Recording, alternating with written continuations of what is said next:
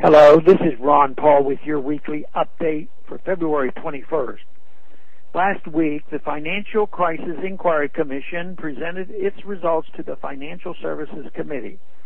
As with most other politically appointed commissions, the results of the commission's investigation were easy to predict.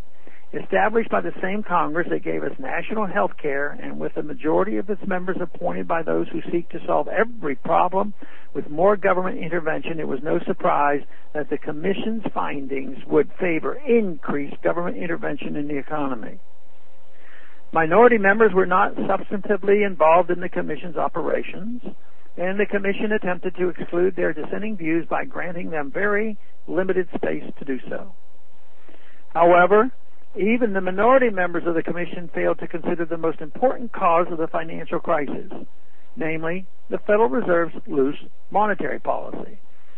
Almost a century ago, in 1912, Ludwig von Mises published his great work, The Theory of Money and Credit.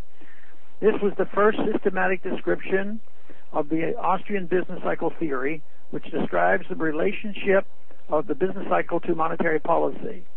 This theory explains why so many businessmen make so many of the same errors at the same time.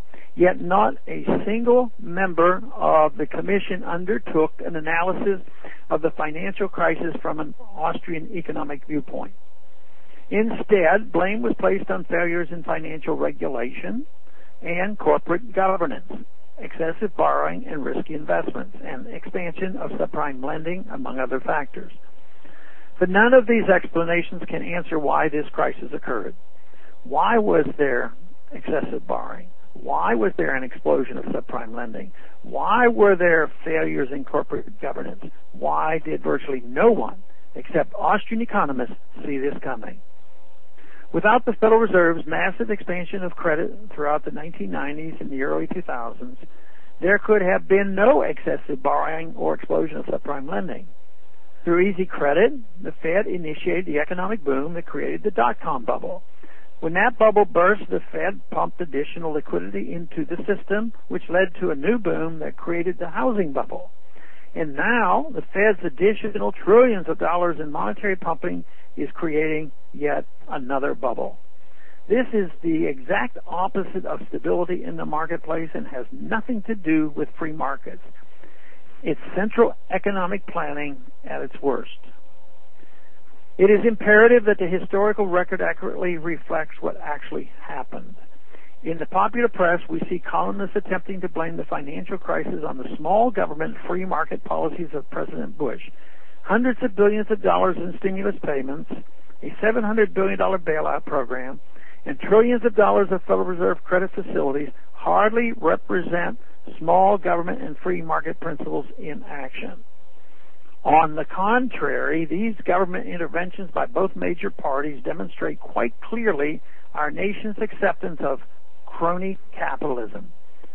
School children today are taught the myth that Herbert Hoover was a small government president who did nothing to stop the Depression. Well, the truth is exactly the opposite. Fed Chairman Bernanke failed to understand the true cause of the Great Depression, so his policy prescriptions to combat the current crisis are understandably flawed.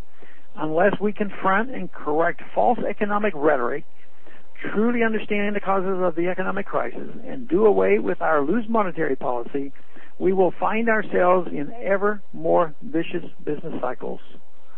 Thanks for calling this update. A new update is placed on this number, 888-322-1414 every Monday, the written text of which can be found on my website, www.house.gov/Paul, under the heading Texas Straight Talk.